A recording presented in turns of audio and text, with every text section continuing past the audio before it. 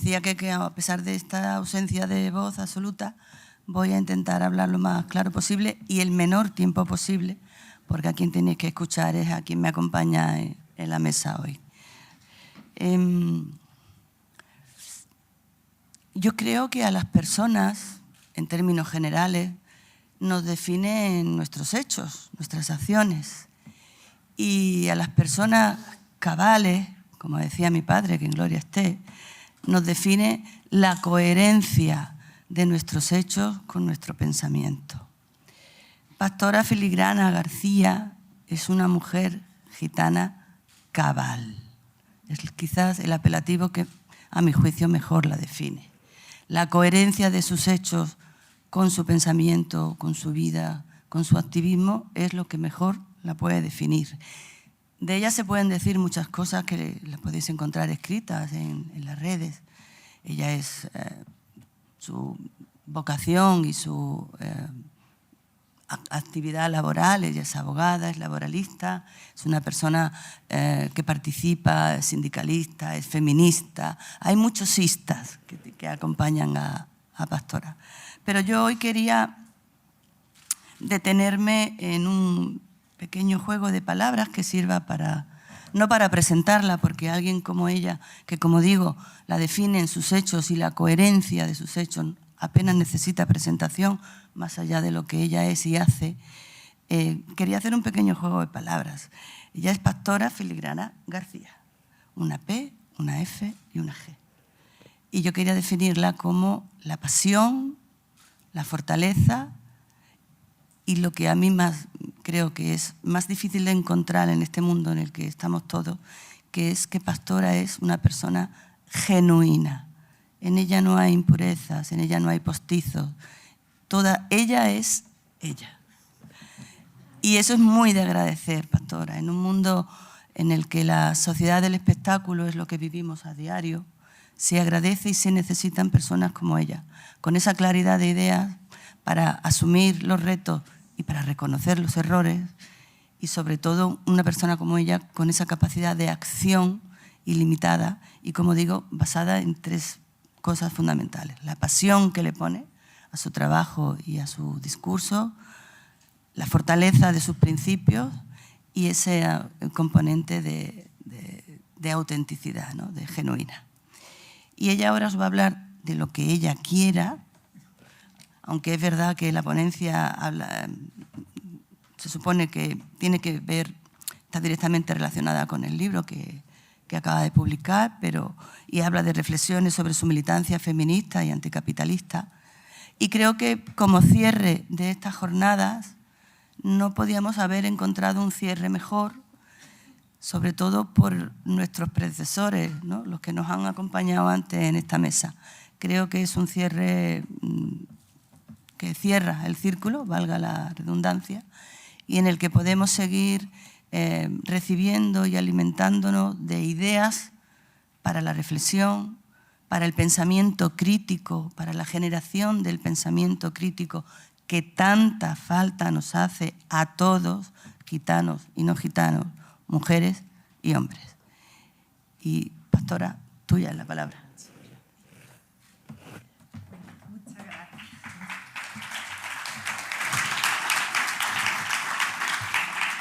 Bueno, muchas gracias. La verdad, estoy muy acostumbrada a hablar en público, pero la verdad que estoy un poco nerviosa porque esta presentación y la expectación y el cariño que me habéis transmitido desde que llegué ayer, ahora una tiene que estar a la altura de esta expectación. Espero hacerlo lo mejor posible. Gracias de verdad, Trini, sobre todo por el esfuerzo que ha hecho de presentarme, a pesar de que tiene una afonía importante, pero ha encontrado la voz para ponerle estas palabras, y la verdad que te doy la gracia, aunque me has puesto más nerviosa ya de lo que estaba.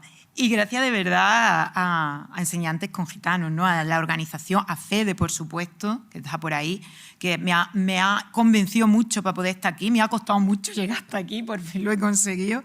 Hemos tenido mucha logística para llegar, pero bueno, estoy por fin aquí.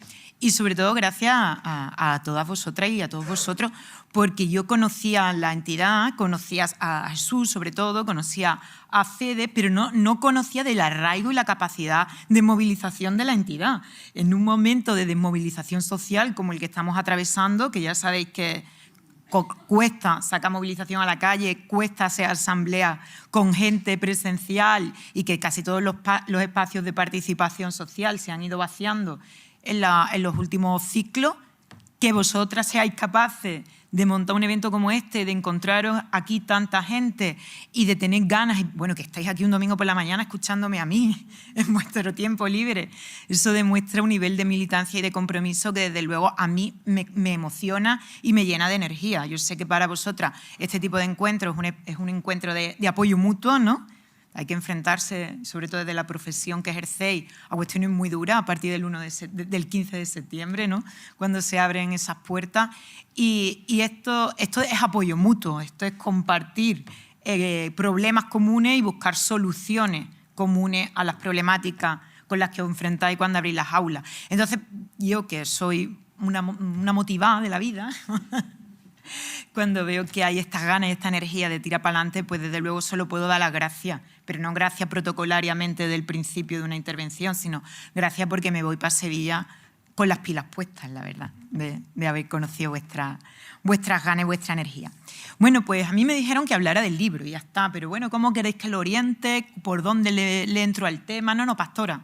Libertad de cátedra. Así que mi plan es voy a hablar lo que la jefa diga, como 30 minutitos, porque la idea es que después podamos debatir, ¿no? Y que la última palabra en este encuentro la tengáis vosotras y no yo, ¿no?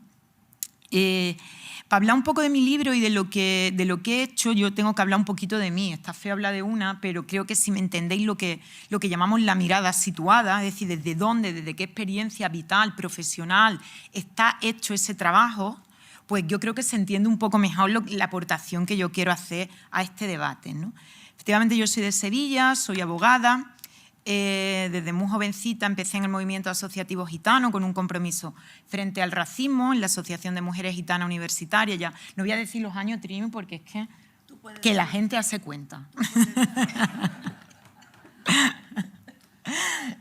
Empezamos en el movimiento asociativo gitano y después, bueno, pues cuando me licencié en Derecho, yo no tenía mucha vocación en decir abogada. Yo es porque cuando eres hija de la clase trabajadora y no hay ninguna referencia en tu casa de lo que se estudia en la universidad, normalmente o eres médico o eres abogado, ¿no? Porque estudiar ciencias de la comunicación requiere ver que existe eso antes, ¿no? Entonces yo estudié Derecho. Tenía nota para más, pero nada, Derecho. Después le encontré el punto, ¿no? Porque el ejercicio del derecho puede ser una herramienta de transformación social. Normalmente el derecho está en manos del poder, ¿no? El derecho funciona para firmar ERE, para desahuciar a inquilinos, funciona sobre todo para que los que ya viven muy bien vivan mejor. Sin embargo, también es una herramienta de transformación social, ¿no? También se pueden conquistar derechos a través de la lucha en los tribunales. Entonces yo le fui dando el sentido.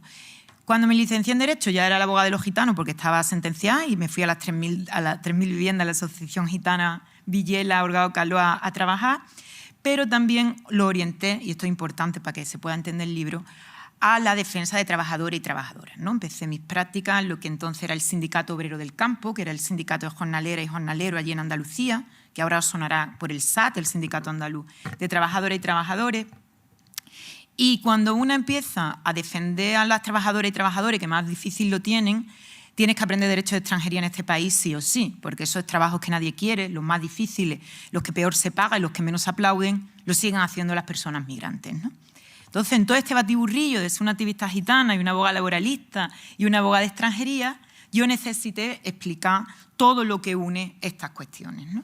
Y ese libro, me voy ya quitando esto que ya voy, ya entrando en calor. Ese libro... Yo he intentado en ese libro varias cosas, quizá un poco pretenciosas. Primero, contar la historia del pueblo gitano. Pero yo quería contar la historia del pueblo gitano desde esa mirada política que mi trayectoria profesional me había colocado, lo que yo he llamado esa mirada anticapitalista, ¿no? Yo participo en espacios de izquierda o en espacios de transformación social o como lo queramos llamar, participo en colectivos feministas, participo en un sindicato, está muy activa en el movimiento por la vivienda en Sevilla, ¿no?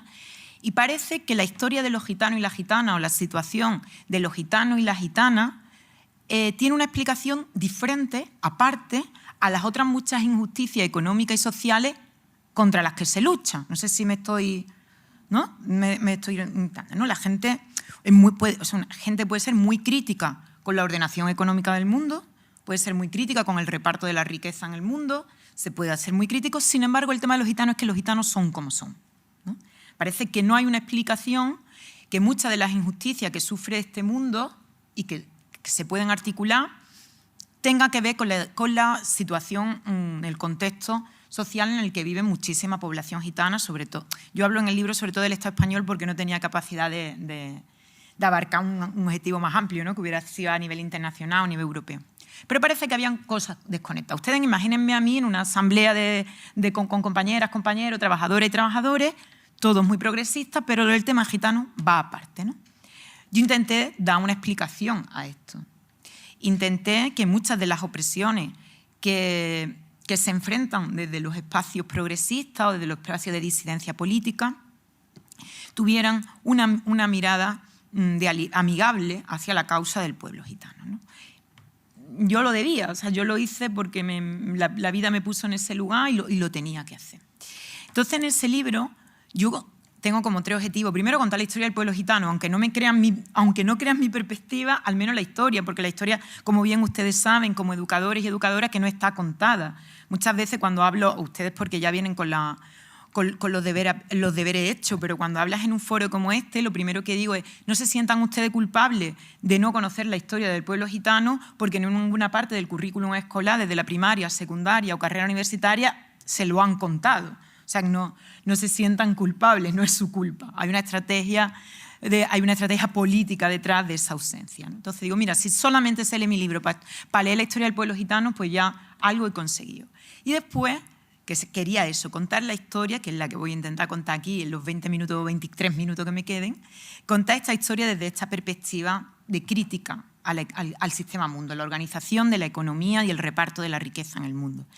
Y después lo tercero, que sí que es osado, y ahí es donde hay que dar la batalla todos los días, es poner de ejemplo la historia del pueblo gitano para un proyecto político emancipatorio. ¿Qué podemos aprender de la historia del pueblo gitano, de las estrategias culturales de resistencia del pueblo gitano, que pueda servir para ese gran proyecto emancipatorio que necesitamos y que no existe, ¿no? O sea, la gente que queremos que el mundo está mal y que podemos organizarnos de otra manera, donde la injusticia fuera menos, donde la mayoría de las personas tuvieran el acceso a una vida digna, ¿no? Entiendo que sois vosotras y vosotros, que estáis aquí un domingo habiendo playa en Valencia, que yo eso no lo puedo entender, y con esta calor que estéis aquí escuchándome. La gente que de verdad se cree que otro mundo puede ser posible con un modelo más justo de distribución de la riqueza y de los derechos, necesitamos un proyecto emancipatorio, ¿no? Necesitamos un plan, ¿cómo se llega ahí, ¿no? Pues a ese plan, que hay que construirlo entre todas y entre todos, creo que el pueblo gitano tiene mucho que aportar. ¡Guau! Eso es lo que decía Iñaki antes de eso, que yo digo, para ser gitano hay que cambiar el mundo. Me lo ha corregido, me ha dicho, hay que ser gitano, me ha encantado. Eso es muy difícil de sostener en un contexto de antigitanismo como tal, ¿no? Que los gitanos y las gitanas van a venir a enseñarnos a nosotras, los revolucionarios y las revolucionarias de pro, cómo se hacen las cosas, ¿no? Eso es muy difícil. Sin embargo, yo he intentado convencer de que sí y he intentado argumentarlo lo mejor posible, ¿no? Que la historia del pueblo gitano es una historia de resistencia a una persecución violenta durante 500 años, estoy hablando de la península, y que es una historia muy dura pero con un final feliz, porque existimos gente que decimos yo soy gitana o mi padre es gitano, o sea que a pesar de 500 años de intento de exterminio, existimos. Creo que cualquier persona que tenga una inquietud de transformación del mundo tiene que preguntarse cómo se ha conseguido eso. O sea, cuando tiene una potencia económica, política y militar como fue los reinos de España y después el Estado español dispuesto a aniquilarte, oye, que muchos territorios en América Latina ya no existen las personas que intentaron aniquilar. Pueblos enteros, genocidio absoluto. En cambio, el pueblo gitano, a pesar de toda esa legislación que yo he intentado poner ahí, sigue hoy. ¿Eso cómo se hace? Por lo menos creo, invito a la curiosidad de todo aquel que crea que hay que resistirse a la violencia estructural actual, ¿no? Bien, estoy aquí hablando, metiendo ideas muy gordas, y no sé cómo me... Por lo menos desperta la curiosidad, oye. Después ustedes ya valorarán si se puede aprender algo o no de las estrategias de resistencia del pueblo gitano, si sí o si no, pero ahí están escritas, ¿no? Pues todo eso he intentado yo en un libro de 145 páginas, que cuando te hartas de escribir y después lo ves impreso, dices, tu madre mía, con la de hora de mi vida que yo le metí a esto, con la de fines de semana y un mes entero de agosto. Todo eso intenté, ¿no? Y ahora yo lo que quiero hacer aquí son unas pinceladas, con la idea de que podamos tener un debate, me digan ustedes si no. Sobre todo, para mí, vuestra opinión es importante, porque ustedes ven una realidad diaria, están metidos en el fango, lo que se diría a pie de tajo. Ustedes ven muchas de estas realidades de la discriminación, del antigitanismo, de la desigualdad, lo ven, o sea, no es que han hecho una tesis doctoral y han hecho unas entrevistas, sino que están en el fango, ¿no? Lo ven a pie de tajo. Entonces, está bien sentir el feedback, a tener este debate. A mí me apetece, política, profesional y vitalmente, tener este debate con gente como la que tengo delante, ¿no? Como digo, la historia, ahora voy a contar un poquito de historia, me da vergüenza porque os la sabéis, pero yo lo voy a intentar contar desde otro ángulo. La historia del pueblo gitano, como sabéis, no está contada. El intento que yo hago de contar la historia es de ver por qué molestaron tanto los gitanos y las gitanas. ¿Qué era eso que al poder tanto molestó y que fue la causa de articular esos 500 años, son más de, las que están compiladas son más de 250 leyes contra los gitanos y las gitanas? ¿Qué eran lo que molestaba? Porque entendiendo qué era lo que molestaba, entendemos que era lo que... cuál es la potencia política del movimiento gitano, ¿no? Bueno, antes necesito por lo menos 1 minuto y medio para compartir cuál es el marco teórico desde lo que yo hago.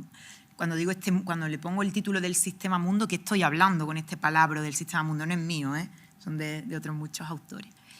Este mundo está, en mi opinión, repartido de manera injusta. Supongo que compartirán mi opinión.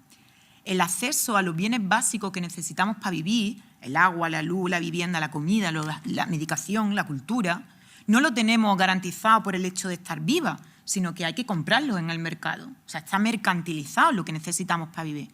Y la inmensa mayoría de la población mundial, para comprar en el mercado, bueno, todos necesitamos renta, dinero líquido, dinero.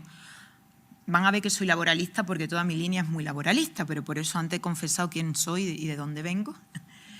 Necesitamos dinero y la inmensa mayoría de la población mundial, para tener renta, necesita trabajar. Trabajar es vender tu fuerza de trabajo a cambio de una renta. Tú, por el hecho de nacer, no tienes garantizada la comida, a pesar que sin comida no se puede sobrevivir, o no tienes garantizada el agua, ni la luz, ni la vivienda. Tienes que comprarla y la tienes que comprar con renta. Y para la obtención de renta necesitas trabajar. La inmensa mayoría de la población mundial. Hay gente que no, que tiene acumulado la suficiente capital, los ricos, para no tener que trabajar y poder pagarte el agua y la luz el resto de tu vida con el dinero que tienes. Pero eso es una minoría y cada vez más minoría. Cada vez hay más gente que son los trabajadores y las trabajadoras, ¿no? El mundo funciona así. Ya de por sí esto podemos debatir si es perverso, si no, si sí, eso ya es un debate marxista que creo que excede de esta charla. Lo que hay es otro segundo escalón de injusticia y es que la fuerza de trabajo y la renta que se obtiene en el mercado no es la misma dependiendo de quién eres, de cómo es tu cuerpo y de dónde vienes, de dónde has nacido. Toda la fuerza de trabajo, toda la energía vital, todos los cuerpos no valen lo mismo. Y este es el famoso debate de la interseccionalidad, ¿no? No vale lo mismo tu fuerza de trabajo si eres mujer que si eres hombre. Ganan menos las mujeres en el mundo entero. Los índices de pobreza por género en el mundo entero es así, que nadie os lo discuta porque lo podemos poner con números. La pobreza tiene nombre de mujer. Pero es que tampoco vale lo mismo tu fuerza de trabajo, lo que te pagan en el mercado, dependiendo del color de piel que tienes, de la religión que profesas o el lugar donde has nacido. Por eso, los trabajos que nadie quiere, los peor pagados, los que se llaman, yo siempre digo, menor reconocimiento social y salarial. El que da vergüenza decir que lo tienes, ¿no? Trabajar en el campo, trabajar limpiando, trabajar, con perdón la expresión, limpiando culo. No hay trabajo más digno que los cuidados de la persona que no se valga. Pero eso está defenestrado socialmente. Eso siempre, desde que existe esta ordenación económica del mundo, lo ha ocupado la gente con menor capacidad de elección. ¿Y quiénes son esa gente? Normalmente mujeres, y normalmente mujeres no blancas, normalmente mujeres que no han nacido en Occidente. No es casual que al hotel que vayan ustedes del mundo, quien haga la cama son mujeres y las mujeres menos blancas, las menos afrancesadas en Marruecos, las más indígenas en Latinoamérica son las que limpian, las que hacen la cama, ¿no? Yo trabajo con trabajadores del campo y trabajadoras del campo y en este país el campo, esto es importante para entender la historia del pueblo gitano, ¿eh? Parece que me estoy dando un rodeo, pero lo voy a aterrizar, os lo prometo. el campo, históricamente y a día de hoy, lo siguen sosteniendo los hombros de las personas con menor capacidad de elección. Principalmente, a día de hoy, personas migrantes. En todas las grandes campañas, en Almería, en Lleida, en Huelva, en La Naranja, aquí en Valencia, lo que van a ver en el campo son personas migrantes. Y dentro de las migrantes, la parte que es más dura del trabajo y menos pagada, cuanto más lejano el inmigrante, mejor. Las personas subsaharianas ocupan los peores lugares, las personas con permiso de residencia y trabajo ocupan mejores lugares que los que no. En fin, hay una jerarquía de interseccionalidades que te atraviesa para situarte en ese lugar. ¿Bien? Darme feedback, ¿sí? Bueno, yo siempre no voy a hablar aquí, pero bueno, si alguien conoce algo de mi trabajo, una parte importante de mi trabajo en los últimos años ha sido en Huelva con el tema de la fresa, con las jornaleras marroquíes de la fresa, que algunas os conocerán, os sonarán, que se escogen la contratación expresa de mujeres con hijos marroquíes para hacer la campaña de la fresa, ¿no? Cuando hablamos de interseccionalidad parece una palabra así muy, muy gorda, pero que lo que se habla es de ver cuáles son los cuerpos más vulnerables para que se encarguen de los trabajos más difíciles y peor pagados. De eso estamos hablando, ¿no? Entonces, hay un reparto de la riqueza y del trabajo injusto en el mundo con criterios de clase, o sea, con criterios de género y raza que te van situando en la clase social, ¿no? La riqueza se reparte en relación al género que tiene y a tu marcador racial o étnico. ¿Cómo se sitúan los gitanos y las gitanas aquí en este marco que me habéis escuchado por lo menos sin protestar mucho? ¿Cómo se sitúan los gitanos y las gitanas aquí? En mi opinión, mi hipótesis, que está por debatir, a los gitanos y las gitanas, el proyecto político militar, o como lo queramos llamar, que fue el Estado español o España, o los reinos de Castilla y después el Estado español, es que ocupen esos lugares que nadie quiere. Los trabajos que nadie quiere, los peor pagados y reconocidos, se les tiene reservado en una ordenación económica del Estado que van a ser principalmente trabajar en el campo, el trabajo de las minas o el trabajo de los remeros. El comercio mediterráneo era muy importante, remar en las galeras. Es el trabajo principal que se le tienen destinado. Alguien siempre, en cualquier sociedad, incluso hoy, tiene que ocupar esos nichos laborales que nadie quiere. ¿Quién iban a ser? Pues una población normalmente extranjerizada o racializada, como queramos llamarla. Ese es el destino económico que se le da a la población gitana. ¿Qué ocurre? ¿Cuál es la magia de esta historia y la potencia política? Que encuentra el poder político y económico, encuentra una gran resistencia en la población gitana a ocupar esos lugares de mayor opresión. ¿Bien? La historia del pueblo gitano es muy dura, pero no es otra que la resistencia del pueblo gitano a ese mandato injusto económico, ¿no? Los gitanos y las gitanas, desde su entrada en lo que entonces era el reino de Castilla y Aragón, bueno, la península ibérica, voy a utilizar mejor concepto, además muchas de aquí soy historiadora, así que ¿qué hace una abogada como yo hablando de historia? La entrada, cuando entran como una población nómada, dedicados sobre todo a profesiones ambulantes, y entran con esos permisos y esa autorización para que puedan vivir en la península dentro de esas rutas nómadas de mercancías, ¿no? Hay unos pocos años, por lo que cuentan los historiadores, lo que se ha rastreado, felices, de bonanza, ¿no? Y a partir de 1499, como bien saben, cambia la historia radicalmente. Y entonces comienza esa persecución. En mi hipótesis, la persecución persiguen dos cosas principalmente. Persiguen la cultura misma, las manifestaciones culturales de la población gitana, cómo se visten, cómo hablan, cómo se organizan en sus comunidades, y persiguen la autogestión económica de sus vidas. Los gitanos y las gitanas optaban entonces, y muchos ahora, esa es la grandeza, por lo que podemos llamarnos formas de autogestión de la economía, ¿no? Trabajo donde tú mandas sobre tu fuerza de producción, en lugar de trabajar para el señor de la tierra a cambio de un salario. Mantienen formas de autonomía económica, ¿no? Pues son la mercadería, la creación de pequeña artesanía, como la artesanía del hierro, el oficio por antonomasia de la población gitana es la cestería, ¿no? De hecho, todavía se utiliza la gitanos canasteras, gitanos canasteros. Creo que es el mejor ejemplo de autogestión económica que creo que estoy intentando transmitir. Es coger la caña de los ríos, fabricar canasta y material de artesanía menor y comercializarla. El producto íntegro del trabajo recae en la persona que hace el trabajo. No hay nadie que medie y se quede con una plusvalía de esa negociación. Esto, por supuesto, entonces, ahora, y mientras exista este modelo económico, se persigue, ¿no? Porque la ordenación económica pasa por expropiarte el valor de tu fuerza de trabajo. Bueno, me pierdo un poco, pero bien, veo que algunos radicales me asentí. Vale. Voy a sacar el abanico. Entra calor. Esto fue perseguido a sangre y fuego. Las formas de economía alternativa y autogestionadas que tenía el pueblo gitano. Que además, para mantener esas formas de economía necesitaban algo también muy perseguido, que es mantener redes de cooperación amplias, ¿no? Grupos amplios. Hacer una economía colaborativa, cooperativa, no una competición por los recursos, ¿no? Como es el modelo económico actual, que lo que promueve es la competición, ¿no? Que gane el mejor por el recurso. La población gitana tiene que poner en marcha otras estrategias culturales de solidaridad mutua, ¿no? Para poder sostener una economía al margen. Créanme que me he leído todo el compendio de las 252 leyes y todas y en cada una de ellas lo que persiguen son los oficios de la población gitana. Una y otra vez el mandato es, desde aquella primera pragmática de los Reyes Católicos en 1499, es que abandonen sus oficios, se asienten en la tierra de un señor, que tomen tierra de un señor, es decir, que trabajen en la tierra de otro, con los medios de producción de otro, que vendan su fuerza de trabajo de sol a sol a cambio de un mínimo salario o de cama, comida y protección. Ese es el mandato que se busca una y otra vez. Como encuentran tal resistencia, hay una persecución a sangre y fuego. Esas 250 leyes aumentando el nivel de represión para poder someter a una población que una y otra vez se escapa de ese mandato. Junto a esto se persigue, como decía, las manifestaciones culturales en sí. El idioma, principalmente, que como ustedes saben, no existe, pervive la lengua romana en Europa, excepto en el Estado español, porque la represión fue tal que se aniquiló. Ahí sí, ahí se gana la batalla, se gana la batalla al poder y se aniquila, ¿no?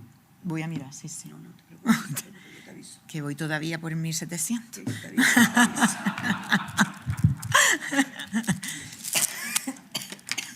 Entonces, ahí sí o sea, se persiguen esas dos cuestiones. Que yo siempre digo que ese proyecto de homogenización, o sea, no solamente la tomaron con los gitanos y las gitanas, ¿no? Hay un proyecto de homogenización cultural de la península donde se va forjando lo que después sería la idea de lo español, que tiene que ver con la blanquitud y el catolicismo. Y todo lo que se salga de lo blanco y lo católico es perseguido y aniquilado. O se le pide la conversión o directamente se aniquila. Coincide en el tiempo la expulsión de moriscos, la expulsión de comunidades sefardíes y al pueblo gitano no se le expulsa, aunque por lo que yo he podido rastrear hay varios intentos, propuestas de expulsión, pero es que claro, cuando tú expulsas a la población morisca, los campos faltan brazos para trabajar la tierra. Estamos pensando en una economía del siglo XVI. Entonces, a los gitanos y a las gitanas lo que se espera es que ocupen esas posiciones, ¿no? Yo mantengo que por eso no hubo una expulsión de los gitanos y las gitanas de España. Habría que demostrarlo, ¿no? Y después, y esto es importante, porque esa idea de homogenización cultural de la península y de que lo español es blanco y católico perdura hasta hoy. Y cuando tenemos que enfrentar el racismo hoy, el racismo estructural hoy, cuando tenemos que hacer una crítica a la política de extranjería de este país, cuando tenemos que enfrentar el ascenso de la extrema derecha, creo que es bueno que hagamos un análisis profundo de la cuestión y que sepamos que lo que estamos enfrentando es algo que no es de hace 2 días. Es que la propia concepción de cómo se construye la propuesta de Estado es aniquilando lo diferente. O sea, que el pluralismo lingüístico, racial, religioso ha sido aniquilado pretenciosamente a sangre y fuego. Por lo cual, ahora el debate está cómo hacemos ahora para poder hoy hablar de una España que no tenga esa herencia. Bueno, ahí se puede discutir si es posible o no es posible, ahí está el debate. Pero que sepamos que esto también forma parte de la historia del pueblo gitano, ¿no? Que algunas veces ustedes piensan que yo todo este libro se lo estoy escribiendo a mis compañeras y a mis compañeros de las asambleas, que parece que la realidad del pueblo gitano hoy tiene unas causas propias, que sobre todo es la idiosincrasia propia, porque son como son, que es reproducir el discurso supremacista, y no una historia de un intento de homogenización cultural de la península de sangre y fuego y un intento de explotar a los cuerpos racializados y de otorgarles los trabajos más duros y que nadie quiere. ¿Bien? Madre mía, cómo me escuchan ustedes, son unos militantes de verdad. Entonces voy a ver el tiempo que me queda. Vale, me quedan 8 minutos. Claro, todo esto, yo normalmente cuento un poquito más la historia, pero la doy por supuesto, ya saben cómo fue subiendo el nivel de represión y violencia. Es muy simbólico, por ejemplo, que uno de los sistemas de represión es que solo pueden asentarse en determinados lugares. No, hay otra política de segregación de las comunidades gitanas. El nivel de violencia fue así, ¿no? Los trabajos forzosos, ya que no lo hacen por voluntad, pues lo van a hacer forzosos. Todo el trabajo en minas, las cárceles de mujeres en este país se inventaron para cárceles de mujeres gitanas en la Gran Redada. Bueno, fue así en la Gran Redada. Entonces, ese trabajo forzoso de las mujeres en los telares. Y fue un nivel de violencia así, ¿no? Cosas que siguen hoy. A la población emigrante, la ley de extranjería, el primer permiso de trabajo, no sé, bueno, a los gitanos también le prohibieron cualquier otra profesión que no fuera el campo. Le dificultaron y después le prohibieron cualquier otro oficio que no fuera trabajar en el campo o en la mina, ¿no? Yo en el libro en lo que intento hacer un paralelismo como son las leyes de extranjería hoy. El permiso de residencia y trabajo para las personas migrantes hoy, el primero, está supeditado a un territorio y a una profesión, ¿no? Tú no puedes ser una persona inmigrante trabajando en cualquier oficio ni en cualquier lugar. O sea, la lógica de ordenación de la mano de obra barata, porque realmente lo que hay es una política. O sea, la política antigitana, yo no sé si estarán de acuerdo conmigo los gitanos, es una política de ordenación de la mano de obra barata y una represión a las manifestaciones étnico-culturales. Principalmente eso es lo que molestó. Ahora, eso es muy potente, que los gitanos y las gitanas echaran ese pulso y lo ganaran. Claro, para mantener todo esto durante 500 años, que son muchos años, con mucho nivel de violencia, porque yo no me voy a meter en las torturas y en lo que se hacían, pero doy por hecho que lo saben. O sea, esto no es que le ponían una multa o le retiraban los puntos del carnet. Esto es que te condenaban a galera o te torturaban o te aniquilaban directamente. Mantener esto, y voy a ir terminando con esto, conseguir esto necesita una subjetividad que te lo ampare. Lo he dicho así muy rebuscado. Necesitas que haya una opinión pública mayoritaria que esté de acuerdo en hacer esa política represiva, ¿no? Necesitas ganarte el favor del pueblo. Para eso es necesario construir un discurso antigitano. Es necesario construir, sobre todo, un discurso de lo que es el ideal social, de lo que es lo ideal, de las formas ideales de vivir, comportarse, ser, vivir, vestir, hablar, y contraponer los gitanos a ese ideal. Necesitas convertirlo en el contraideal, en lo primitivo, en lo bárbaro, en lo subdesarrollado, en lo parasitario, en lo violento, y por tanto se necesitan esas políticas represivas para dominar esa población, que es un peligro para el bien común y es contra el ideal. Bien, estoy hablando en términos muy abstractos. Ese es el antigitanismo, que se construye desde la primera ley, ¿eh? O sea, todas estas leyes van acompañadas con una serie de discursos, de justificación de motivos, de extender un discurso hasta el día de hoy, que ha relacionado a los gitanos y las gitanas así, con el contraideal. A mí me gusta mucho un trabajo que hace, que creo que es el que mejor explica, o lo he explicado así. Estoy corriendo un montón, perdonadme, pero es que os quiero contar cosas, pero me seguís, ¿no? Vale. El trabajo de David Bernat es muy bueno porque creo que ejemplifica esto que he querido contar sobre la mujer gitana, cómo la mujer gitana se le ha ido representando a lo largo de la historia como lo contrario al ideal de mujer que hay que ser.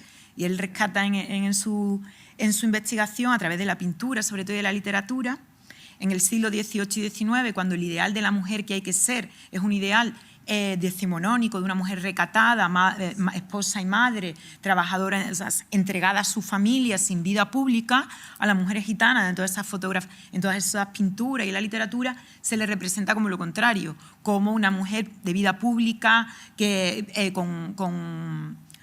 dueña de su sexualidad, ¿no? Promiscua, como una bruja, como en fin, una mujer pública, ¿no? La Carmen, sería el arquetipo de la Carmen de Mérimée, ¿no? Frente al arquetipo de la perfecta casada, ¿no? Cuando en el siglo XX el mercado laboral necesita que las mujeres trabajemos en el mercado laboral, ¿no? Se necesita la mano de obra femenina también en la industria, el ideal de mujer va cambiando a lo largo del siglo XX y sobre todo en la segunda mitad del siglo XX, ¿no? Es una mujer emancipada, que tiene sus propios recursos económicos, ¿no? Es el auge del feminismo, controla su natalidad, o sea, puede tomar anticonceptivos, ¿no? Es dueña de su sexualidad Ese es el ideal feminista, digamos, ¿no? Para entendernos, de lo que es el ideal de mujer hoy, que es la que necesita en ese momento el mercado realmente. ¿Cómo se representa ahora entonces a la mujer gitana? Como lo contrario al ideal, ¿no? Y si alguien piensa en una mujer gitana, quizás no ustedes, claro, pero digo la población, la gente, vuestros compañeros y compañeras del claustro, ¿de acuerdo? De allí del claustro. Imaginaros ese compañero y esa compañera del claustro. Su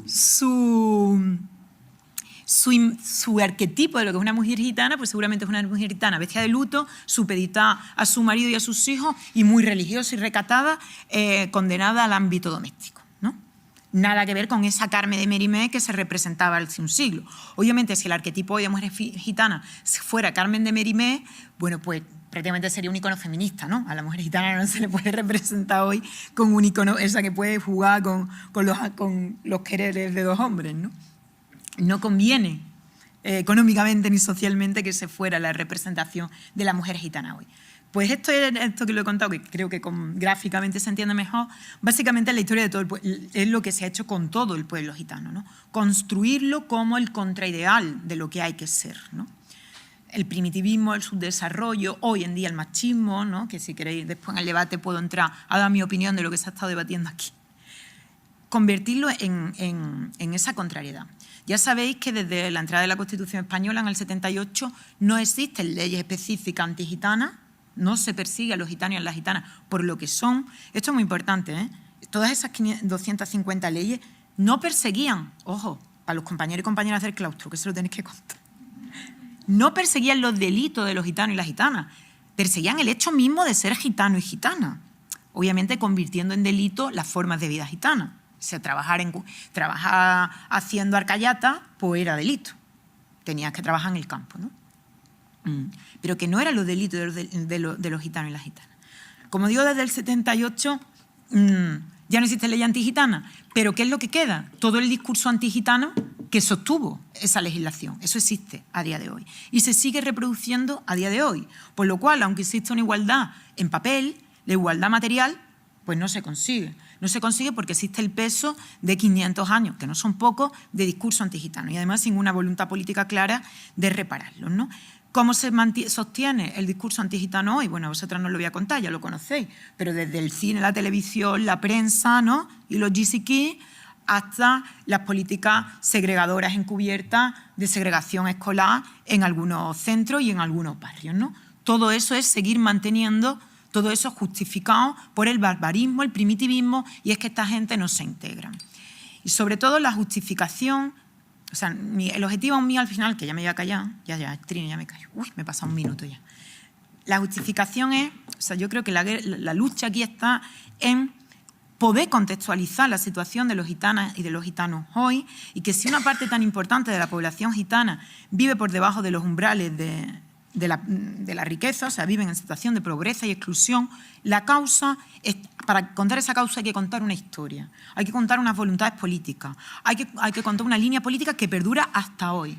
Porque si solo se explica qué es el discurso hegemónico desde la propia idiosincrasia de cómo son los gitanos y las gitanas, nunca se van a poder poner sobre la mesa soluciones que de verdad radiquen la problemática. Nos vamos a quedar en lavados de cara, nos vamos a quedar en políticas de inclusión superficiales y muchas veces racistas y no vamos a poder ir a la raíz del problema. Entonces, creo que lo primero es poder hacer una buena radiografía de la problemática y moleste más o moleste menos, en mi opinión, hacer una radiografía de la problemática es hacer una radiografía del injusto modelo de reparto y de la riqueza en el mundo y hay que hacer una radiografía de esa concepción blanco-católica del Estado español.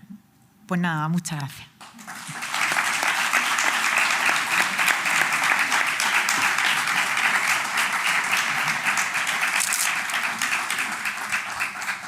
Bueno, lo primero que tengo que decir es que se han quedado muchas cosas en el... Le he quitado yo este. Ahora. ¿Ahora? No. Ahora. Que, como podéis imaginar, se han quedado muchas cosas en el tintero porque Pastora ha hecho un esfuerzo de comprensión y de, en fin, comentar algunos de los puntos pues, básicos, no más interesantes, no, porque interesantes todos, pero más de los puntos de apoyo de donde se pivota toda la investigación.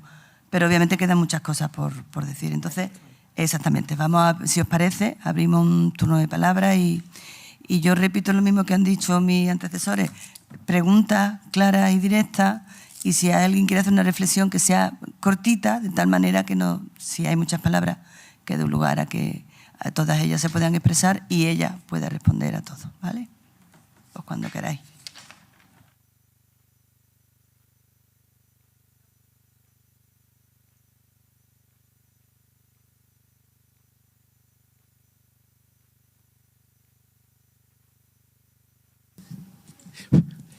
No te voy a hacer una pregunta sobre lo que has dicho. No, lo que nos gustaría, o que me gustaría a mí personalmente, sería que hablaras un poco sobre el tema del sindicalismo y cómo ve el sindicalismo a la clase trabajadora gitana, si es que lo ha visto como clase trabajadora.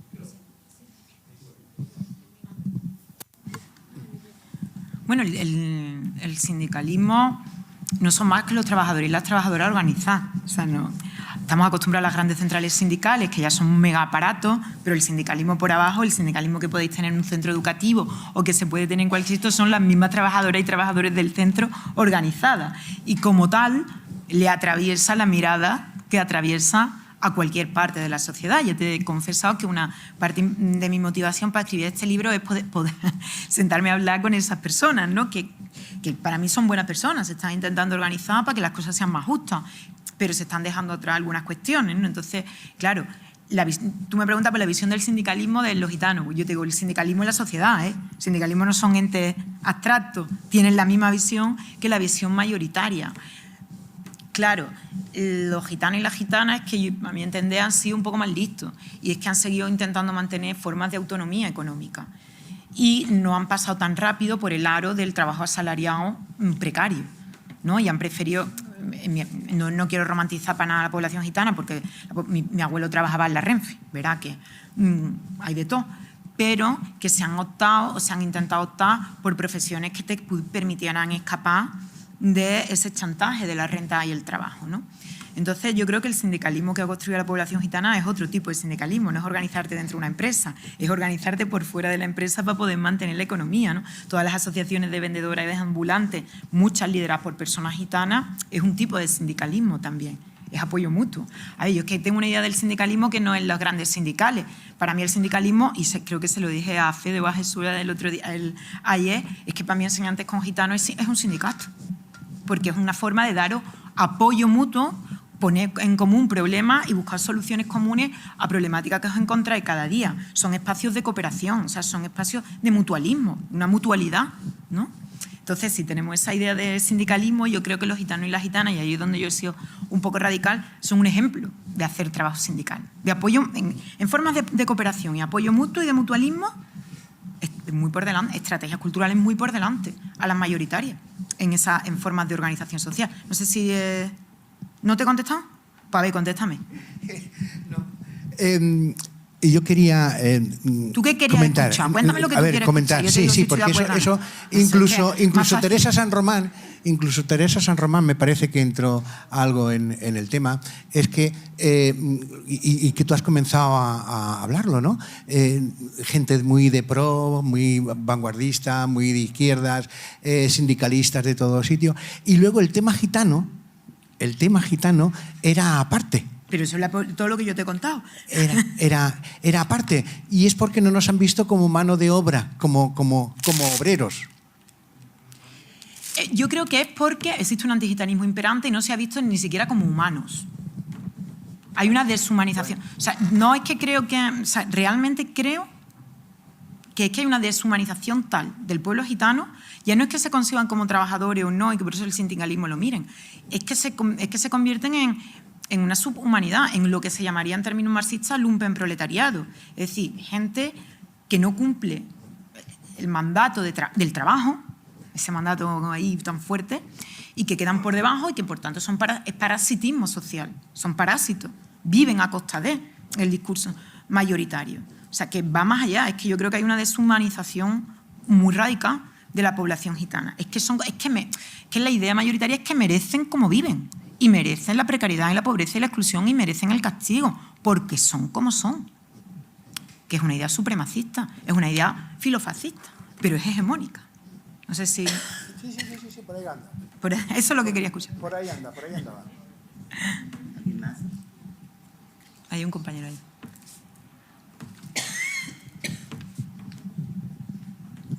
El micrófono.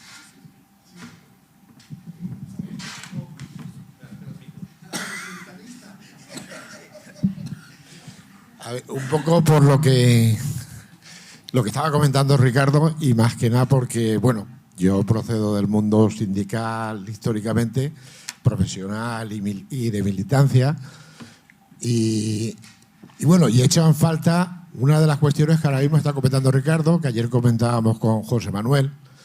Desde el mundo sindical, yo he estado en una organización sindical de las comprometidas con el progresismo, con el feminismo, con la inmigración, cualquier acción de cualquier obra que fuera, no sé si se oye bien, defender bueno, pues al oprimido frente a la clase opresora, ha estado ahí. Sin embargo, la defensa del pueblo gitano, empezando por la organización en la que yo he militado toda la vida, y un sindicato de clase muy comprometido, ha estado ausente.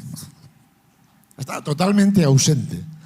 Pero no solamente en ese sindicalismo de clase, sino en la mayoría de organizaciones progresistas, la defensa del pueblo gitano es que está fuera. Se ha abrazado la causa feminista, se ha abrazado, que por supuesto con todas las razones, la causa de inmigración, se ha abrazado cualquier otra causa menos la del pueblo gitano. Posiblemente también porque los propios gitanos no hemos promovido mucho eso también. También tendremos nuestra parte de responsabilidad. Pero toda esa parte, el comentario es porque al hilo de lo que comentaba Ricardo, es que es así. En la acción sindical, y yo te digo que yo llevo desde antes de que se legalizaran en esta organización, en este caso Comisiones Obreras, la causa gitana nunca se ha visto. ¿Y tú qué es lo que dices que has echado en falta de lo que yo he hablado sobre eso? No, que no echen faltas lo tuyo. Ah, vale. Era una puntualización sobre lo que comentaba Ricardo sobre el mundo del sindicalismo. No nos han visto al pueblo gitano. Y yo he estado dentro. Hablamos con general porque siempre habrán especialidades y no siempre la generalidad es la misma.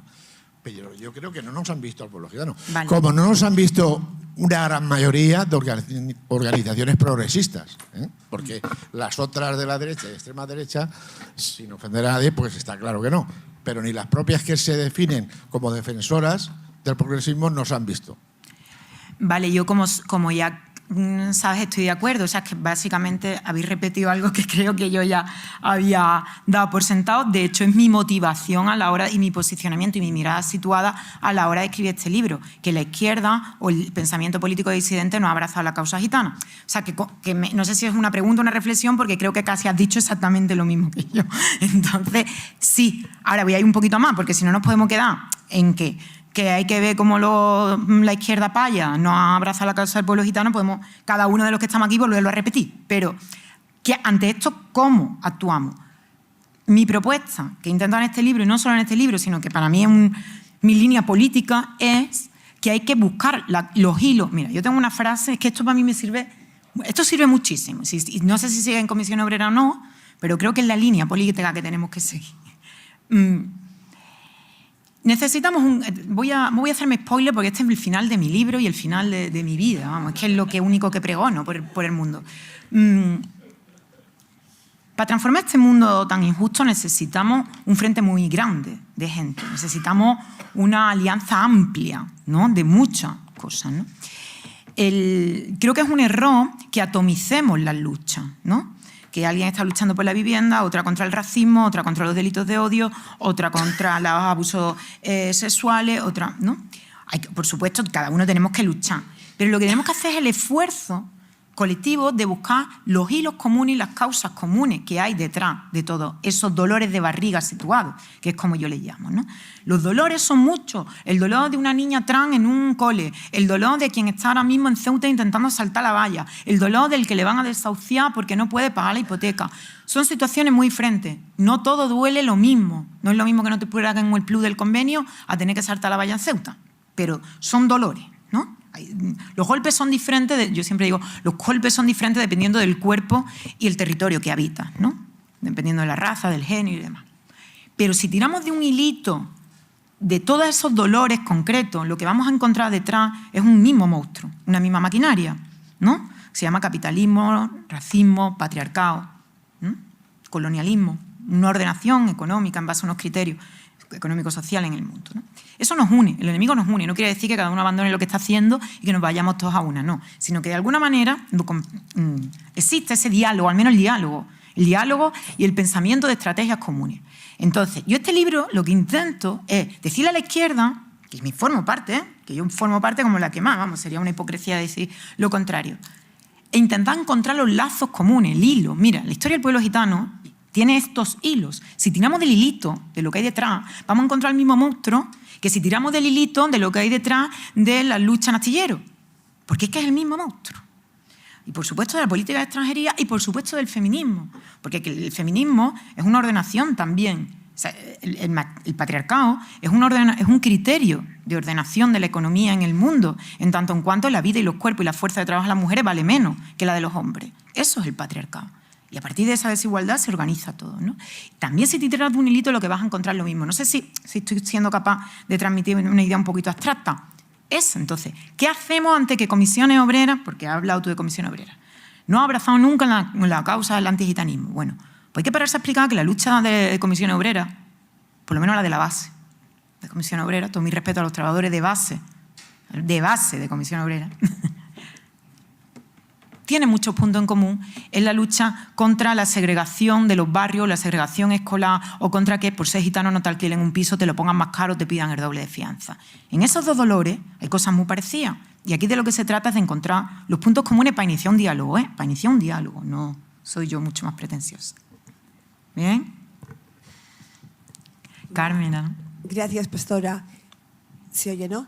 Me imagino que por falta de tiempo estoy echando en falta algo más de las reflexiones de una militancia feminista, sobre todo también porque como la mesa anterior era sobre nuevas masculinidades, igual... Vale, es que no me cabía, digo, ahora en el debate, porque no podía con tanto. Bueno, yo la verdad que, claro, cuando tú imagínate, cuando yo escribo esto y me voy por todos lados a contar esto, ¿no? Que los gitanos son un ejemplo de que hay que ser gitano para cambiar el mundo, ¿no? Lo primero que te dicen, mire usted, aquí usted no, pues, cállese, arréglelo de su casa primero y después tendrá usted autoridad para decirnos a los demás cómo tenemos nosotros que hacer la lucha y la revolución, ¿no? Arréglenlo primero porque los primeros machistas son los gitanos, ¿no? Entonces, imagínate cuántas veces te tienes que enfrentar a estas cuestiones.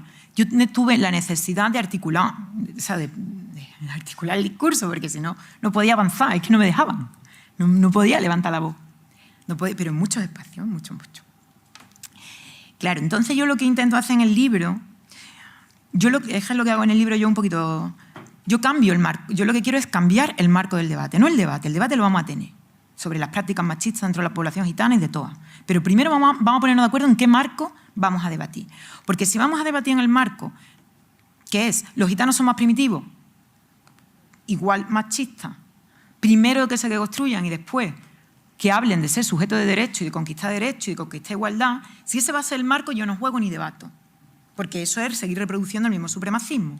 Entonces yo cambio el marco, lo rompo, hago así y pongo otro marco. Entonces digo, bueno, primero vamos a ver qué es esto del patriarcado, porque no hay un patriarcado musulmán, un patriarcado andaluz, un patriarcado gitano, un patriarcado... No, eso no existe. El patriarcado es una ordenación de la economía en el mundo con un criterio, y es que las mujeres valen menos, su fuerza de trabajo, su energía, lo que hacen valen menos. Y además se necesita, además va intrínsecamente ligado al modelo capitalista, que allá cada uno y aquí piense como quiera. Yo, desde luego, para mí va intrínsecamente ligado al capitalismo, porque el capitalismo necesita que todo el trabajo reproductivo de la vida, los cuidados, lo de eso que ya hemos hablado, ¿no? Lo de dar de comer, lo de cuidar a un enfermo, lo de limpiar un culo de una persona que no se lo puede limpiar solo, ¿no?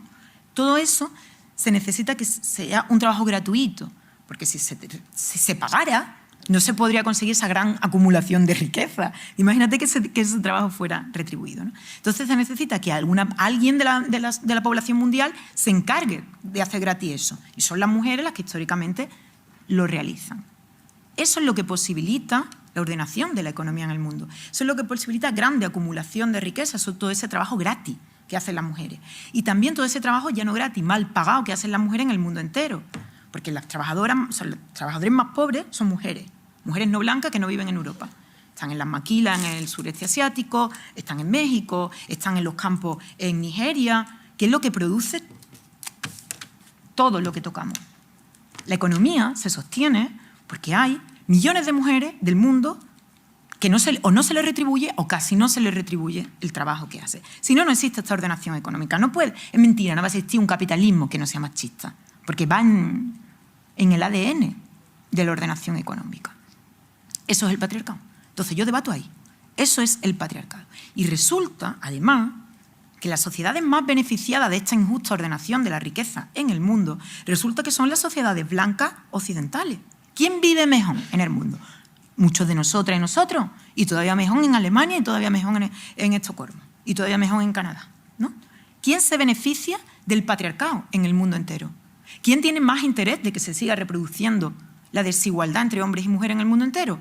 Quienes viven muy bien a costa de esto.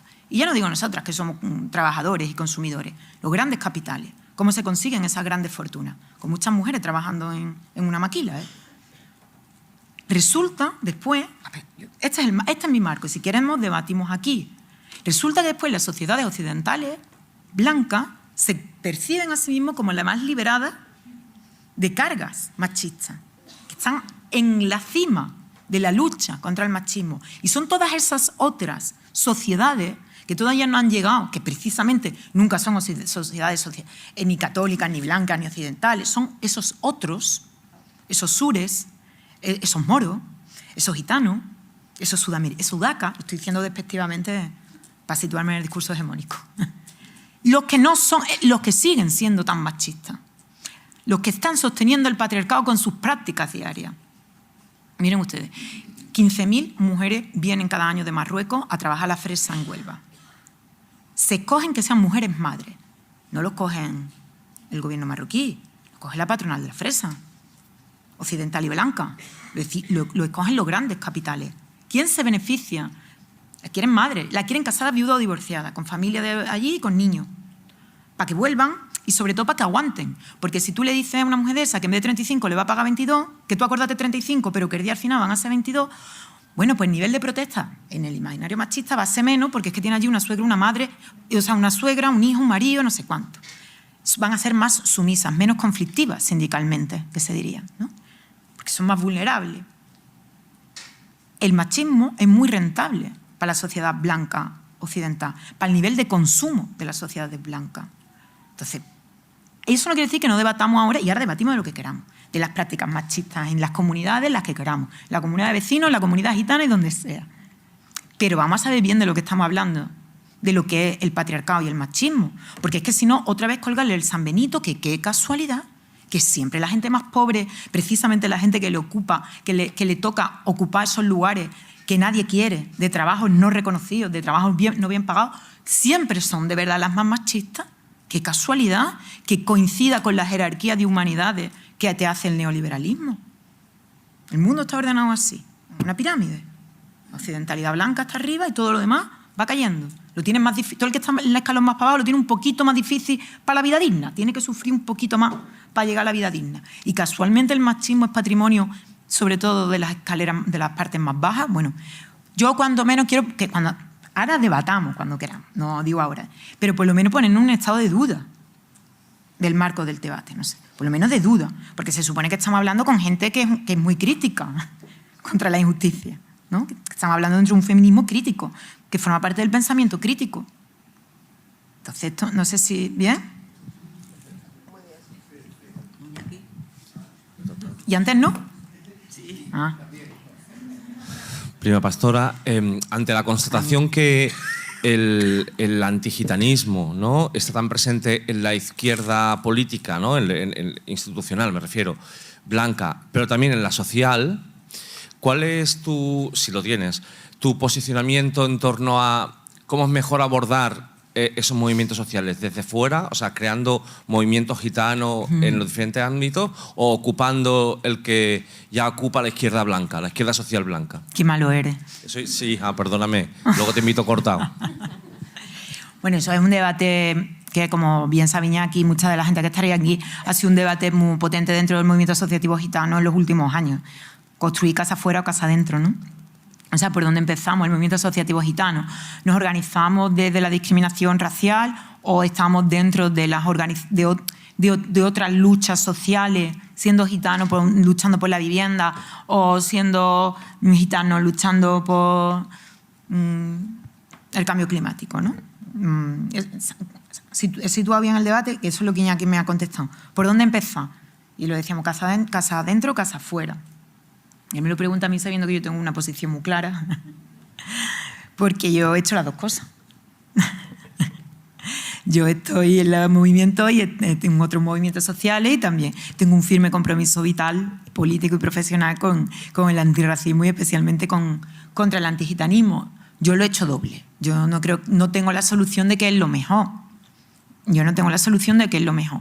Lo que sí sé es que hay que tener un diálogo, desde luego. Lo que sí sé es lo que te digo, que detrás de los dolores de barriga situados si tira del hilito, hay una causa común. Y que eso nos une, y por lo menos tenemos que entablar el diálogo. Porque es que para mí trabajo muchísimo con extranjería, con migración, y hay unos paralelismos asombrosos, porque gran parte del antigitanismo ha sido una política de extranjería, de extranjerizar una población, de que no soy del todo, todavía no soy, estáis en el lugar equivocado, ¿no? Y hay muchas cosas comunes, y hay muchos dolores comunes, y muchas cosas que sufren, o sea, es que yo qué sé, yo llevo muchos temas de discriminación racial de todo tipo, no solo de gitanos llevo mucho, obviamente. Pero lo de que no te alquilan un piso si eres visiblemente gitana es lo mismo que si no te alquilan un piso si eres visiblemente musulmán. Entonces, ahí yo entiendo que hay que hacer por lo menos discursos comunes. Yo siempre digo que no hay que hacer prácticas. Yo siempre digo, hay que hacer una ensalada, no un puré. ¿No? Esa sería mi respuesta a tu pregunta. Hay que hacer una ensalada, no un puré. No se trata de disolver posicionamientos políticos, identitarios, no lo creo. Yo es que creo que las identidades existen y que organizarse políticamente desde la identidad subalterna es totalmente legítimo, vamos, es que es la realidad, lo demás es fantasía. Ahora, que eso no quiere decir que seamos compartimentos estancos y mucho menos olimpiadas de la opresión, también. Y que hay que buscar los puntos comunes de las luchas, sí, esa es mi posición pública y notoria. ¿Una palabra más? ¿Algo que tú quieras decir? ¿Más? Nada, yo que voy a decir que de verdad, muchas gracias, de verdad, porque, bueno, o sea, que estéis aquí un domingo pensando en estas cosas y que además tengáis con la voluntad de implementar, ¿no? Que no es solamente por vuestro recreo personal de hoy cuánto sé, cuánto he leído y cuánto he escuchado, sino que de verdad la intención de esto sea llevarlo a los centros y a las aulas. Para mí sois sujetos del cambio en primera persona, sujetos transformadores, y que nada, que a vuestra disposición siempre, porque verdaderamente la transformación del mundo es lo que hacéis, pero mucho más que lo que yo hago. Hay un compañero ahí.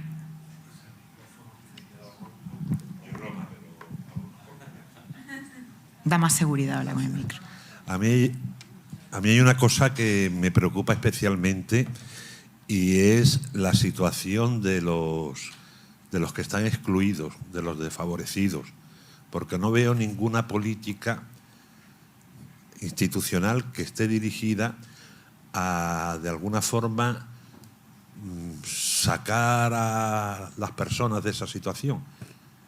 Yo he trabajado en el Polígono Sur y hay zonas dentro del propio Polígono Sur donde la exclusión está arraigada. Ayer se presentó aquí una experiencia muy interesante de la Comunidad Valenciana. ¿Cómo se llamaba? Compania. Compania. Y me llamó la atención algo que he venido observando en otras estrategias parecidas, no tan estructuradas, ni tan bien presentadas, ni con tanta capacidad como esta de Compañía, dirigida al éxito de chicos y chicas gitanos, al éxito sobre todo desde el punto de vista académico. Y en Compañía, en todas se exige un requisito mínimo para poder participar. No haber tenido un desfase curricular de más de 2 años, y siempre a los más malos, esos siempre quedan excluidos. Y es que yo no veo por ningún lado ninguna política ni nada parecido, algo que tenga en cuenta a los que realmente están en la más absoluta de las pobrezas. ¿Cómo es tu nombre, perdón? Manuel. Manuel, y ni creo que la vayas a ver con esta correlación de fuerzas sociales que tenemos. Claro.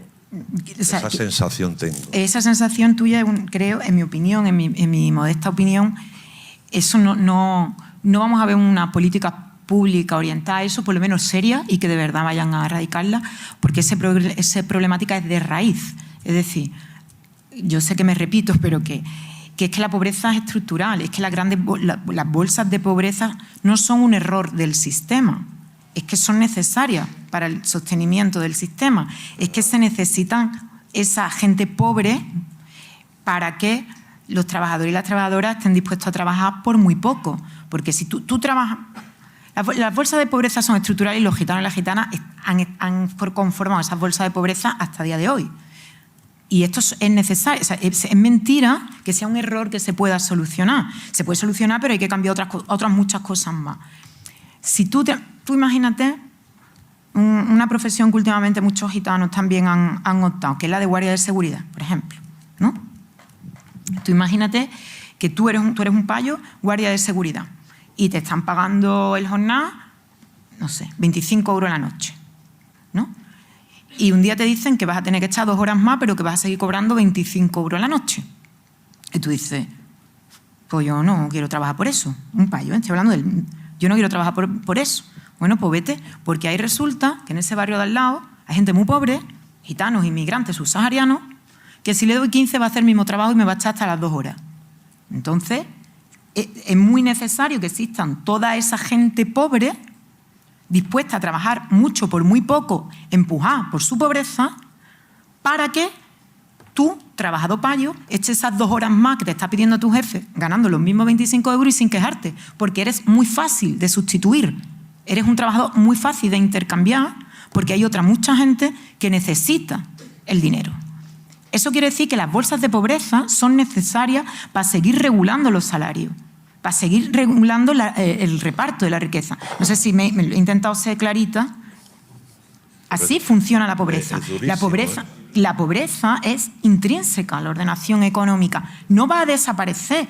Va a desaparecer si cambiamos las reglas del juego y empezamos a ordenar la economía de otra manera. Si no, la pobreza y todas las políticas públicas de inclusión de la pobreza lo que van a hacer es un lavado de cara y si acaso salvar a alguno. Que yo siempre digo, y espero que aquí hay gitanos y gitanas del movimiento asociativo, estéis de acuerdo, que nosotros luchamos para que la población gitana tenga una igualdad de acceso a los bienes básicos para la vida, para que se indemnice o sea, que haya restitución de todo el daño que se le ha hecho a la población gitana y sacar a la población gitana de esos lugares de las bolsas de pobreza.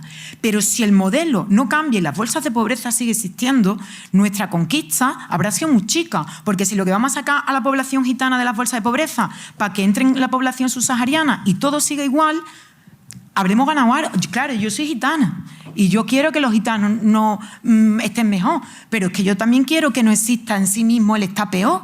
Entonces, habremos avanzado un poquito chico. Si mañana se restituye a la población gitana, se le indemniza y se saca del lugar de exclusión social, solo habremos avanzado un poquito si esas bolsas de pobreza siguen existiendo. Lo que yo quiero decirte es que no las esperes las políticas públicas, que vayan a cambiar esas bolsas de pobreza y siga organizándote políticamente como hace, para que tengamos una correlación de fuerza grande y haya mucha gente pensando que se necesita otro modelo de reparto de riqueza y esas bolsas dejen de existir para siempre. Que ningún ayuntamiento las va a cambiar, ¿eh? No sé si te estoy desmoralizando. Sí, pero... ¿no? Yo lo que me estoy viendo es asaltando la Bastilla. No, ¿sabes? bueno, Que es lo que hacéis. O sea, es verdad que yo soy muy impetuosa y muy revolucionaria, pero es esto que hacéis. Esto que hacéis de ahora hacer un taller y una formación con profe en Huesca, un taller y una formación con los profes no sé dónde, editar un libro de no sé qué y sumando, y creando pensamiento disidente y crítica, ¿no? Date cuenta que la hegemonía es el conformismo absoluto. Es el trabaja, consume, cállate y mira por lo tuyo y lo tuyo. Y lo tuyo, ¿eh? Y lo que pase de tu puerta para afuera te importa a ti mientras los tuyos estén bien. Como si los tuyos pudieran estar bien cayéndose al mundo. Pero bueno, ese es un pensamiento hegemónico. Vosotras claro. Lo que estáis creando y lo que hacéis es alimentar pensamiento crítico y disidente. Y es lo que hacéis. Tomar la Bastilla no podemos. No podemos porque somos muy pocos, ¿eh? No lo que hay que hacer, vamos, es que yo creo que esto es un ejemplo absoluto. Es que yo voy a integrar la experiencia vuestra en mi discurso. O sea, yo voy a contar lo que hacéis como ejemplo de lo que es promover el discurso crítico. Y no en la universidad nada más, que eso es muy fácil. Con todo el respeto a los académicos. Pero que yo ya estoy harta de que me inviten a las universidades a dar una charla en la universidad y para una tesis doctoral y... Que no, que hay que hacer las tesis doctorales como esta la Trini, pero también hay que estar aquí. Y también hay que estar en los claustros y en las aulas. Es decir, difundir el pensamiento crítico desde el tú a tú, no nada más que en lo académico. Y eso es lo que estáis haciendo. O sea, yo lo que creo que sois el ejemplo de cómo se hace eso. Bueno, yo muchas veces tengo la sensación de que vivo en el síndrome de Lampedusa, que esto es puro gatopardismo, que parece que hacemos muchas cosas para que al final nada cambie. Y entonces llega un momento en que uno se plantea que habrá que hacer algo... Más gordo. Más... Nos están grabando, radical, nos están grabando. Más radical, que me graben. Aquí estoy, voy a morir pronto. Me da igual. Venga, vamos a ver qué se puede hacer. Haremos sí. Lo que podamos, que ya que lo estáis, si sois el ejemplo, si sois un ejemplo de que estáis haciendo las cosas. Si ahora mismo no hay organización en ninguna parte y estáis aquí casi 100 personas a organizar 40 años, que una de las cosas que más difícil en el movimiento social es el sostenimiento en el tiempo, porque la vida es muy dura, el trabajo es muy duro, los niños, la enfermedad, las cargas familiares, y seguir manteniendo una organización 40 años, vamos. Yo aquí. Hola. Bueno, nada, quería hacer una aportación respecto a Cumpania, ¿vale? Que si no lo digo reviento. Cumpania originalmente sí nace con una serie de requisitos, como contó ayer el director José del Amo, pero se hizo una muy válida y muy buena evaluación de esos inicios de Cumpania con todos los buenos resultados que tuvieron, y todas las personas que trabajábamos sobre el terreno, junto a la Consellería de Igualdad y Políticas Inclusivas, vimos que existía la necesidad de crear Impulsa Cumpania y el Cumpania Plus. Mira, ahora. Para no dejar fuera, no me va a dejar hablar, para no dejar fuera a nadie. Esto debe ser la batería. En Impulsa Cumpania entran todos, o sea, no hay requisitos, puede entrar un niño con desfase. Te lo digo como coordinadora de uno de los Impulsas, donde tenemos niños y niñas con problemas de aprendizaje, un niño con TDAH y con otra serie de dificultades, problemas auditivos, etc, etc, etc. Entonces sí que hay políticas que, aunque obviamente no van a salvar a toda la comunidad gitana, aportan ese tan importante granito de arena que va construyendo esa montaña tan necesaria, que antes no teníamos absolutamente nada y ahora tenemos un proyecto, aunque sea solo en esta comunidad, tan potente como el de la familia Cumpania. Ya está.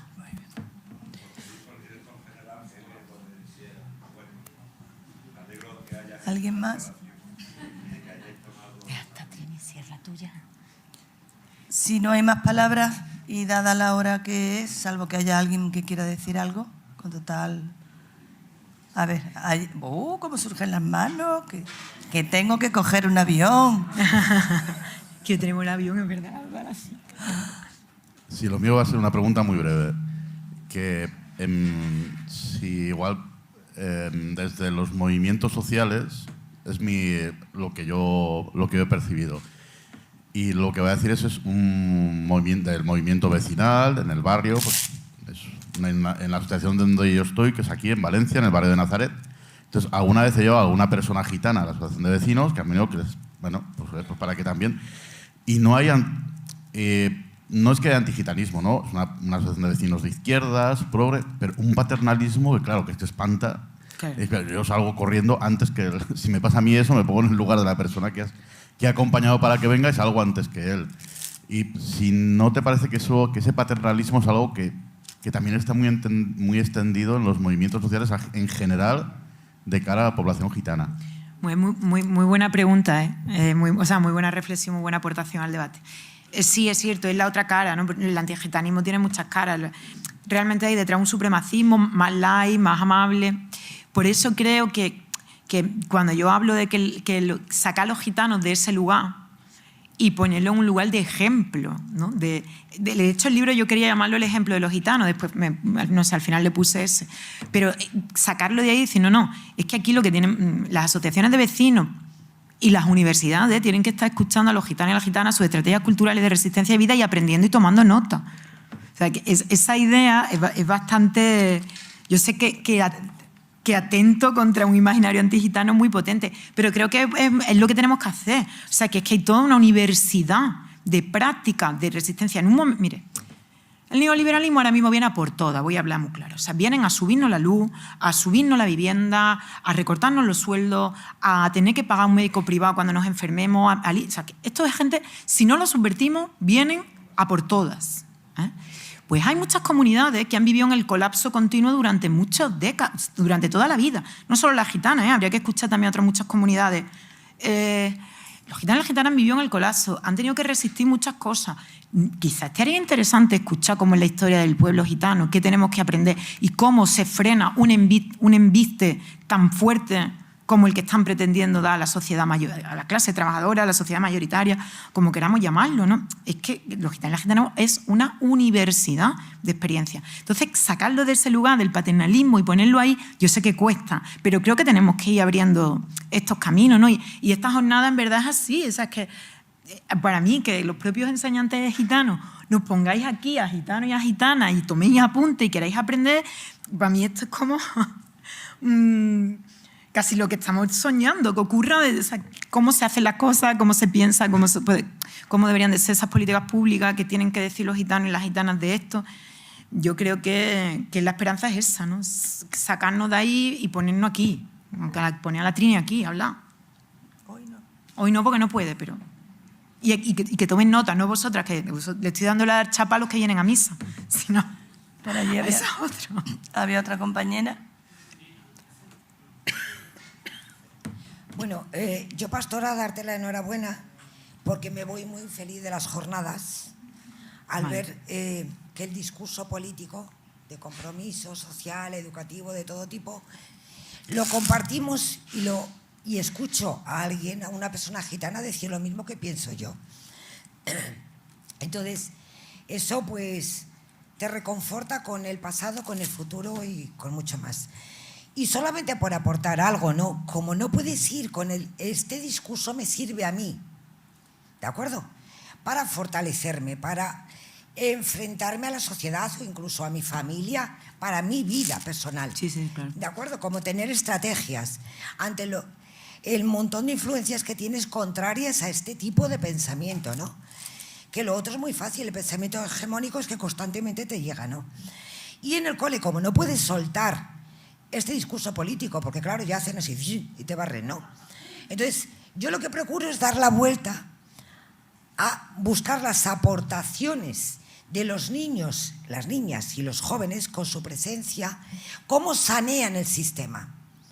Porque a veces el sistema educativo es perverso en sí mismo, ¿no? Cómo se va acomodando, cómo va funcionando y demás. Y lo único a veces que rompe es la presencia de estos niños y niñas que son un desafío que a veces te plantean esa búsqueda de respuestas distintas, ¿no? Y luego, lo último, para terminar, me estoy acordando esto de dar lecciones a las mujeres gitanas, de que, claro, es que tenéis que liberaros más, ¿no? Yo recuerdo hace 20 años que llegó una mujer a hacer la matrícula, una mujer gitana a hacer la matrícula de su niño a la escuela, y entonces le dijeron, mira, este es el papel, te lo llevas a casa y demás, porque se necesita la firma del marido. Y dice, es que las payas os tenéis que liberar. Para todo necesitáis la firma de vuestro marido. Con la mía basta, y ya está, ¿no? Total. Qué bueno. Gracias. ¿Alguien más? Pues si os parece, pasamos a la clausura.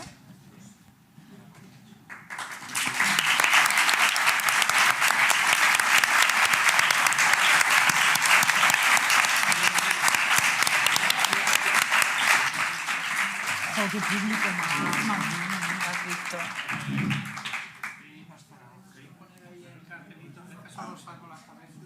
Vale.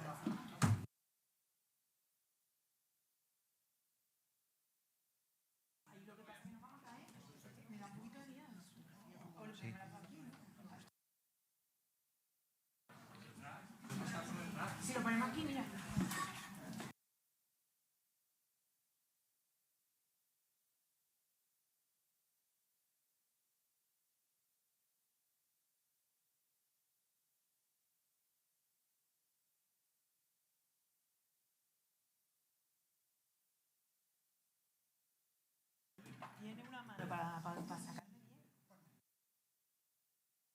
Que coja el micrófono. Ya conocéis esta casa, este es el momento protocolario de la clausura, pero intencionadamente estamos aquí abajo y no arriba porque conviene decir, aunque sea una obviedad, que el acierto mayor o menor del programa no es mérito de la organización de Valencia, sino del arduo trabajo desde el octubre, iba a decir octubre pasado, no, octubre de hace 3 años, y el equilibrio temático de ponencias, de personas y de materiales es fruto de la asociación, obviamente.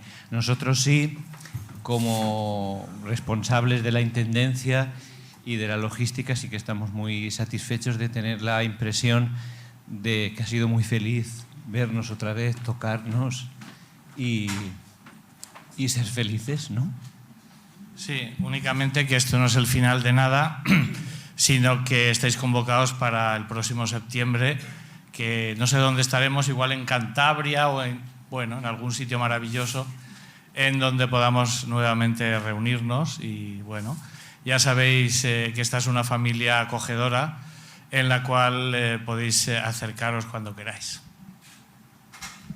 Y yo solo recordaros que tenéis que rellenar el papelito y evaluarlos, bueno, ya sabéis, lo mejor que sepáis, ¿vale? La evaluación. Gracias.